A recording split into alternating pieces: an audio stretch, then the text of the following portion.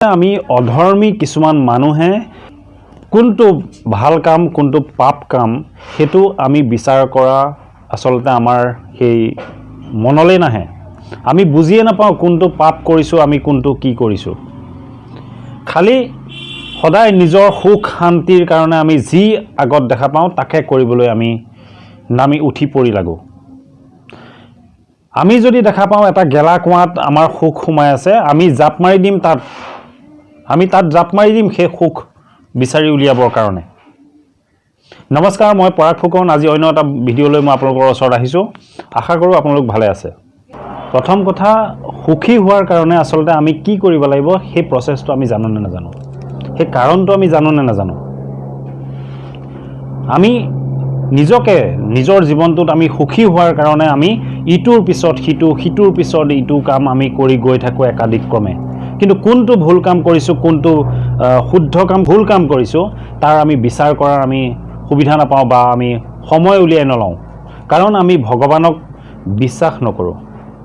ভগৱানক যিয়ে একান্ত মনে অন্তৰাত্মাৰ পৰা বিশ্বাস কৰিব হি কিন্তু কেতিয়াও জীৱনত ভুল কাম বা পাপ কাম কেতিয়াও কৰিব নোৱাৰে কাৰণ হি তেওঁ দেখা পাব তেওঁ সদায় দেখা পাব যে কোনটো পাপ কাম আৰু কোনটো ভুল কাম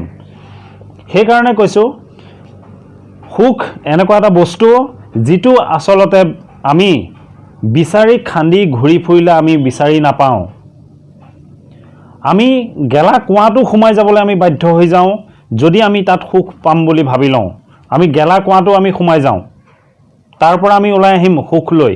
কিন্তু আমি জানো সুখী হ'ব পাৰিছো আমি সুখী হ'ব পাৰিম আমি যদি ভগৱানক যদি আমি চিন্তা কৰো ভগৱানক যদি আমি এক মনে এক চিতে যদি আমি ভগৱানক নিজৰ অন্তৰাত্মাক ৰাখো আমি যদি ভগৱানক যদি বিশ্বাস কৰো তেতিয়া হলে আমি প্ৰত্যেকটো দুখৰ সময়ত আমি সুখী হ'ব পাৰিম প্ৰত্যেকটো জায়গাত আমি সুখী হ'ব পাৰিম দুখ কি বস্তু আমি অনুভৱ কৰিব নোৱাৰিম অনুভৱ কৰিলেও আমি তাত দুখী হোৱাৰ কোনো প্ৰয়োজন নাথাকে যিয়ে ভগৱানক আসলতে অন্তৰাত্মাৰ পৰা বিশ্বাস কৰে সেই মানুহে কেতিয়াও জীৱনত কেতিয়াও দুখী হ'ব নোৱাৰে মই আজি এনেকুৱা এটা ষ্টৰী ক'ব বিচাৰিছো আপোনালোকক এজন ৰজা আছিলে আসলতে আমি সাধাৰণতে মানুহবিলাকে সুখ বিচাৰি কলেকে গুচি যাওঁ আসলতে সুখ ক'ত থাকে মই সেই বস্তুটো আসলতে অকমান এই ষ্টৰীটোৰ জৰিয়তে মই আপোনালোকৰ ওচৰত দাঙি ধৰিছো এজন ৰজা আছিলে ৰজাজনৰ এজনী ছোৱালী আছিলে সেই ছোৱালীজনীক ৰজাই এটা বাৰ্থডেত তাইক এডাল হাৰ উপহাৰ দিছিলে এডাল হীৰাৰ হাৰ ৰজাৰ জীয়েকক ৰজাই উপহাৰ দিছিলে আৰু সেই হাৰডাল সেই ৰাজকীয়ে সদায় পিন্ধি পেলাই ঘূৰি ফুৰিছিলে প্ৰত্যেকটো সময়তে ডিঙিতে সেই হাৰডাল ৰাখিছিলে আৰু যেতিয়া ৰাতি শুবৰ সময় হৈছিলে তেতিয়া লাহেকে ক'বাত খুলি থৈ দিছিলে আকৌ ৰাতিপুৱা উঠি পিন্ধিছিলে এদিন গা পা ধুই পেলাই বাহিৰত কোনো এখন ছাতৰ ওপৰত গৈ গোটেই ৰাজমহলটো এবাৰ অনুসৰণ কৰিছিলে এবাৰ চাইছিলে আৰু সেই হাৰডাল হাতত লৈ পেলাই চাই গোটেই ৰাজমহলটোৰ পৰিৱেশটো উপভোগ কৰিছিলে আৰু তেনেকুৱাতে এটা চিলনী আহিলে এটা চিলনীয়ে ওপৰৰ পৰা দেখিলে যে হেডাল চিকমিকাই থকা কি বস্তু সি ভাবিলে যে এডাল খোৱা বস্তু সেই বুলি ভাবি চিলনীয়ে ওপৰৰ পৰা উৰি আহি হাৰডাল থাপ মাৰি লৈ গুচি গ'ল হাৰডাল থাপ মাৰি লৈ গুচি গ'ল লৈ যোৱাৰ পিছত হাৰডাল সেই চিলনীটোৱে এজোপা গছৰ ওপৰত বহি নিজৰ ঠোঁটখনেৰে খুটিয়াবলৈ ধৰিলে খোৱাৰ কাৰণে যেতিয়া খুটিয়ালে আসলতে সেই হাৰডাল সি খুট মাৰি ভাঙিব নোৱাৰিলে বা খাব নোৱাৰিলে সি বুজি পালে যে হেডাল তাৰ খোৱাৰ কাৰণে উপযোগী নহয় সেই কাৰণে সি সেই হাৰডাল আসলতে সেই গছজোপাৰ ওপৰতে পেলাই থৈ সি উৰা মাৰিলে তাৰ কোনোবা দিশলে সি উৰা মাৰিলে আৰু সেই হাৰডাল সেই গছজোপাৰ ওপৰতে থাকিল তাৰ পিছত যিমানে যি নহওক ৰজাৰ জীয়েকে যেতিয়া ৰজাৰ ওচৰত গৈ কলেগে অৱগত কৰিলে কথাটো যে মোৰ হাৰডাল এনেকৈ এটা চৰাই থাপ মাৰি লৈ গুচি গ'ল মোৰ হাতৰ পৰা আৰু সেই হাৰডাল মোক যেনেকৈ নহওক যি পৰ্যায়তে নহওক মোক আজি লাগিবই নহলে মই ভাত পানী খোৱা সব বাদ দি দিম সেইবুলি যেতিয়া ৰজাৰ আগত ক'লে, ৰজাই প্ৰজাগণক আদেশ দিলে, ৰজাই মন্ত্ৰীগণক আদেশ দিলে যে যোৱা তোমালোকে মোৰ ছোৱালীৰ যি হাৰ চৰাই লৈ গৈছে সেই হাৰডাল বিচাৰি আনা। আদেশ দিলে আৰু সকলো প্ৰজা গ'ল। এইখিনিতে এটা কথা, এইখিনিতে ৰজাই কিন্তু ক'লে যে এই হাৰডাল যোনেই উলিয়াই আনি দিব পাৰিব মোক, তাকে মই মোৰ ৰাজ্যখনৰ আধা ৰাজ্য দি দিম। সেই এটা লোভ দিলে ৰজাই। মুখৰ পৰা সেই আগৰ দিনৰ কথা আপোনালোকে জানেই যে ৰজাই মুখৰ পৰা যি কথা ক'ব সেই কাম কৰি দেখাব আৰু সেইটো কৰিবই লাগিব। গতিকে ৰজাই কৈ দিলে যে মোৰ ৰাজ্যৰ আধাখিনি মই দি দিম এই হাৰডাল মোক ঘূৰাই আনি দিব পাৰিলে। গতিকে প্ৰজাগণ গ'ল, প্ৰজাগণে বিচাৰি ফুৰিছে, বিচাৰি ফুৰোঁতে কেইজনমান প্ৰজাই দেখা পালে, কেইজনমান সৈন্যই প্ৰহৰীয়ে দেখা পালে এটা গেলা ক'লা নলাৰ ওপৰত সেই হাৰডাল জিলিকি আছে। আৰু সেই প্ৰজাখিনি, সেই সৈন্যখিনি সেই গেলা পচা সেই নলাটোত নামি গ'ল হাৰডাল আনিবৰ কাৰণে। কাৰণ মনত এটা লোভ আছিলে, ৰজাই এটা লোভ দিছিলে যে সেই হাৰডাল যোনেই মোক আনি দিব পাৰিব তাকে মই মোৰ ৰাজ্যৰ আধাখিনি দি দিম। কাৰণ এই লোভ আৰু লালসাৰে মানুহক কি কৰিব পাৰে, ক'লৈ লৈ যাব পাৰে, মই তাৰেহে অকণমান ক'ব বিচাৰিছিলোঁ আচলতে এনেকৈ ধৰণে এই সাধু ষ্টৰিটোৰ পৰা। ব'লকচোন ষ্টৰিটো আগলৈ আগবাঢ়ি যাওঁ। তাৰপিছত সেই গেলা নলাটোত সোমালে সৈন্যখিনি, সোমাই পেলাই বিচাৰিছে, লুতুৰি পুতুৰি হৈ গ'ল। সেই গেলা নলা এটাত, ক'লা হৈ থকা গেলা নলা এটা কথা ক'লে বুজি পাইছেই কেনেকুৱা ধৰণৰ কি অৱস্থা হ'ব সেই মানুহকেইটাৰ। লুতুৰি পুতুৰি হ'ল, তথাপিতো সিহঁতে বিচাৰি আছে। আৰু সিহঁতে বিচৰাৰ দেখি পেলাই মন্ত্ৰীয়ে ভাবিলে যে ইহঁতে যদি পাই যায় ইহঁতে ৰাজ্যখনৰ আধাখিনি পাই যাব। গতিকে মই কি কৰিম, ময়ো নামি যাওঁ। সেই মন্ত্ৰীও নামি গ'ল। সেই মন্ত্ৰীও সেই লোভ আৰু লালসাত পৰি সেই গেলা নলাটোত, সেই গেলা সেই পচা সেই নলাটোত মন্ত্ৰীও নামি গ'ল। নামি গৈ বিচাৰিবলৈ আৰম্ভ কৰিলে। বিচাৰি কুচাৰি গোটেইটো ক'লা মলা অৱস্থা নাই, তথাপিতো বিচাৰিবই লাগিব, নহ'লে ৰাজ্যৰ আধাখিনি কিন্তু যোনে পাব সি লৈ যাব আৰু মই দুখীয়া হৈ থাকিম। এই মনোভাৱেৰে বিচৰাত লাগিলে। তাৰপিছত দেখিলে মহামন্ত্ৰী যি, সেই মহামন্ত্ৰীয়ে দেখিলে যে সকলোৱে দেখোন বিচাৰি আছে, ময়ো যাওঁ। মহামন্ত্ৰীও আহিলে, যিজন প্ৰধানমন্ত্ৰী, ৰজাৰ যিজন প্ৰধানমন্ত্ৰী তেওঁ আহিলে, আহি পেলাই তেওঁ নামিলে, বিচৰাত লাগিলে। বিচাৰিছে, কোনেও পোৱা নাই। তাৰপিছত ৰজাই দেখিলে যে গোটেই মুখাই দেখোন আহি সেই ক'লা নলাটোত দেখোন কিবা কৰি আছে। আহি সুধিলে কি হ'ল ইয়াত, বোলে ইয়াতে সেই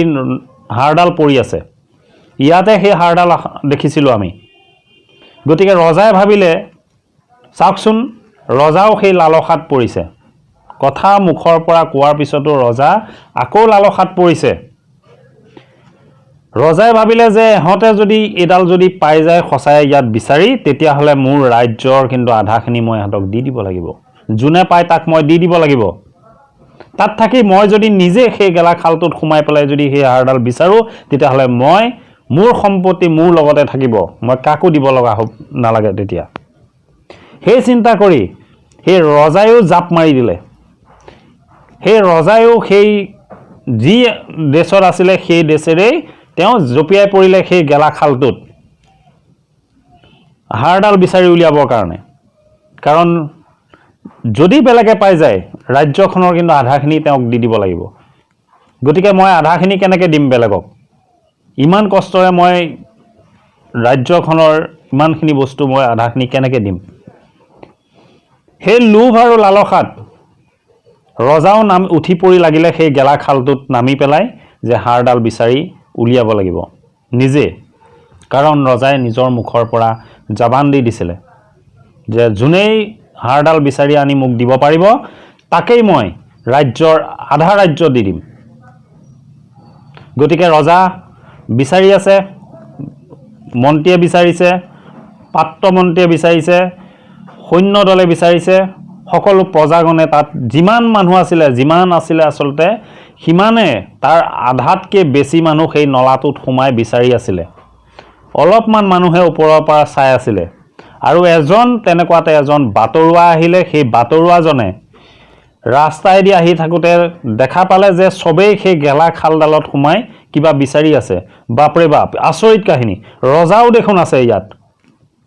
যেতিয়া ভালকৈ বাটৰুৱাজনে চালে দেখিলে এই ৰাজ্যখনৰ ৰজাও দেখোন সেই গেলা খালটোত সোমাই কিবা বিচাৰি আছে এটা কি বিচাৰিছে কিবা খেলা পাতিছে নেকি ইয়াত নাই কিবা প্ৰতিযোগিতা কিবামূলক কিবা ইয়াত হৈছে যিহৰ কাৰণে সকলোবিলাক আচলতে সেই গেলা খালটোত নামি পৰিছে চিন্তা কৰিবলৈ বাধ্য হ'ল বাটৰুৱাজনে আৰু এবাৰ সুধিয়ে পেলালে যে ইয়াত কিবা তেনেকুৱা প্ৰতিযোগিতামূলক কিবা হৈছে নেকি আপোনালোকৰ মাজত যদি প্ৰতিযোগিতামূলক হৈছে ময়ো অংশগ্ৰহণ কৰিব পাৰোঁ এনেকুৱা এটা মনোভাৱ চাগে তেখেতৰ গতিকে তেতিয়া তাৰ পৰা উত্তৰ দিলে যে নহয় প্ৰতিযোগিতা ইয়াত আচলতে এডাল হাড় পৰিছে ৰাণী ৰজাৰ জীয়েকৰ আচলতে ইয়াত এডাল হাড় পৰিছে সেই হাড়ডাল বিচাৰিহে আমি ইয়াত সকলোৱে নামি পৰিছোঁ সেই বুলি ক'লে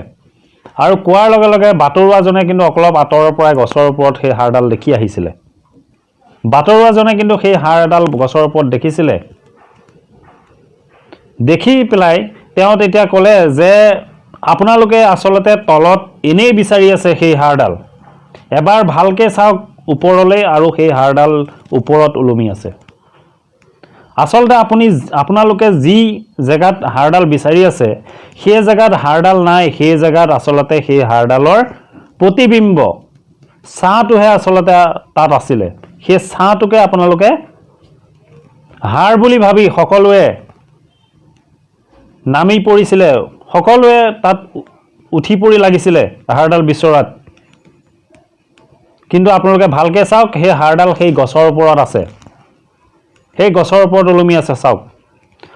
হয় সকলোৱে চালে গছৰ ওপৰত হাড়ডাল ওলমি আছে সেই হাড়ডাল গছৰ ওপৰতে ওলমি আছে তেতিয়া ৰজাই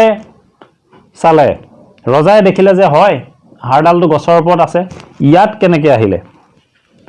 আচলতে মই এতিয়া এই ষ্টৰিটোৰ পৰা এইখিনিতে ক'ব বিচাৰিছোঁ আমি আচলতে যিখিনি জেগাত যিটো বস্তু বিচাৰি আচলতে সুখ পাম বুলি ভাবি আমি এই বস্তুটো পাম বুলি সুখী হ'ম বুলি ভাবোঁ বা আমি সুখী নহওঁ তেতিয়াও আকৌ এটা বেলেগ বস্তু বিচাৰোঁ আকৌ আমি সুখী হ'ম বুলি ভাবোঁ তাতো আমি সুখী নহওঁ ঠিক তেনেকৈ ধৰণে আমি ইটোৰ পিছত সিটো কাম কৰি গৈ থাকোঁ কৰিব নলগীয়া কামো আমি কৰি যাওঁ ভুল কৰিব নলগীয়াটো আমি কৰি যাওঁ আমি তেনেকৈ হয়তো চাগে কিছুমান পাপ কামো কৰি গৈ থাকোঁ আমি গমেই নাপাওঁ সেইকাৰণে বেছি লোভ আৰু লালসাত মানুহ পৰিব নালাগে বেছি লোভ আৰু লালসা যেতিয়া মানুহৰ মনত জন্ম হয় সি আচলতে